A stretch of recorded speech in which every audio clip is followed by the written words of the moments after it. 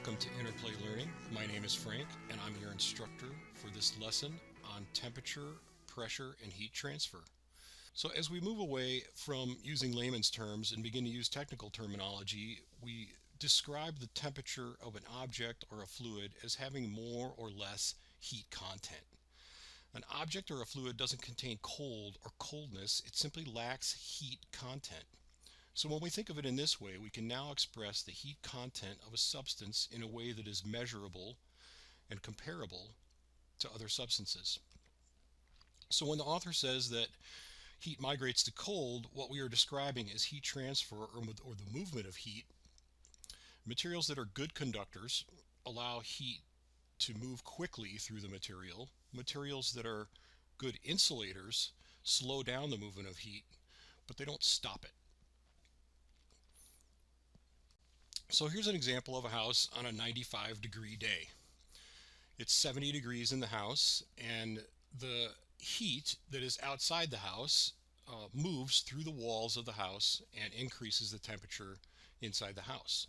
So the heat is moving from an area where the BTUs are of a higher concentration outside and moving toward an area of lower concentration inside.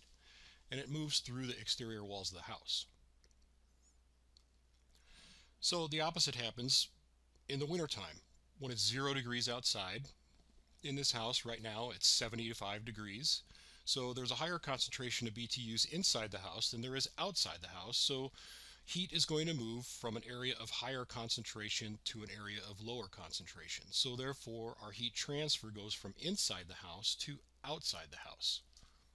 And then the temperature inside the house, if we're not continuously replenishing it with heat, is going to decrease. And what will eventually happen is when the temperature inside the house, let's say the furnace is broken and not working, the temperature inside the house gets down to 0 degrees. It's 0 degrees outside. There's no temperature difference between the inside and the outside, and then at that point there is no transfer of heat. So every once in a while I run into somebody that thinks that they know everything about HVAC, and they proceed to tell me that all you need to know about HVAC is that hot air rises. Okay, well, I think most of us understand that intuitively, but there's a scientific explanation for that. So let's talk about that. What happens when air gets heated, and if you could imagine a cubic foot of air, you warm up that cubic foot of air and it's going to expand slightly and become a little bit larger than 1 cubic foot when you warm it up. So therefore we're lowering the density of that air, and that air is going to be lighter, so it's going to rise. When air is cooled, like any fluid is cooled, it becomes more dense, and it actually becomes 1 cubic foot of a fluid when it's cooled would become smaller than a cubic foot. It becomes more dense, and therefore it's heavier. So when we say that hot air rises and cold air falls, it's because the warmer air is less dense, the cooler air is more dense. And in this example of a multi-story house that we're going to look at, we see that heat tends to rise up to the upper floors of the house, and the colder air tends to fall downstairs. So let's take a look at this picture.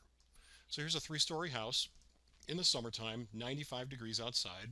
The equipment is running and it is producing cool air and conditioning the space to 75 degrees at each level. So we're going to imagine that this is a perfectly balanced duct system that evenly distributes air to each level of the home as it's needed. So while the fan is running, we're able to maintain 75 degrees in each level of the house. If we were to turn off the fan, then what would happen is the air would be allowed to migrate from one floor to the next, and what we see happening is that the colder, more dense air is going to tend to fall to the lower areas of the home, and the lighter, less dense air that's warmer is going to rise to the upper floors of the home. So we see the same thing happening in the opposite season in the wintertime when it's 0 degrees outside. We have, again, our perfectly balanced duct system that allows us to have even temperatures at every level of the house. And while the fan is running, we can accomplish this. We turn off the fan, and the air is allowed to migrate wherever it wants to. So, by the same token, the warmer air is going to go up to the upper floor.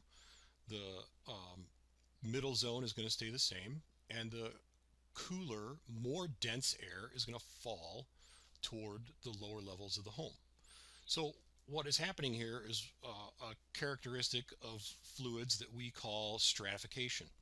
So, I live by a lake, and every once in a while we go out on a boat, we jump in the water, and what you notice when you jump in the water immediately is that the deeper you go into the water, the colder the water feels.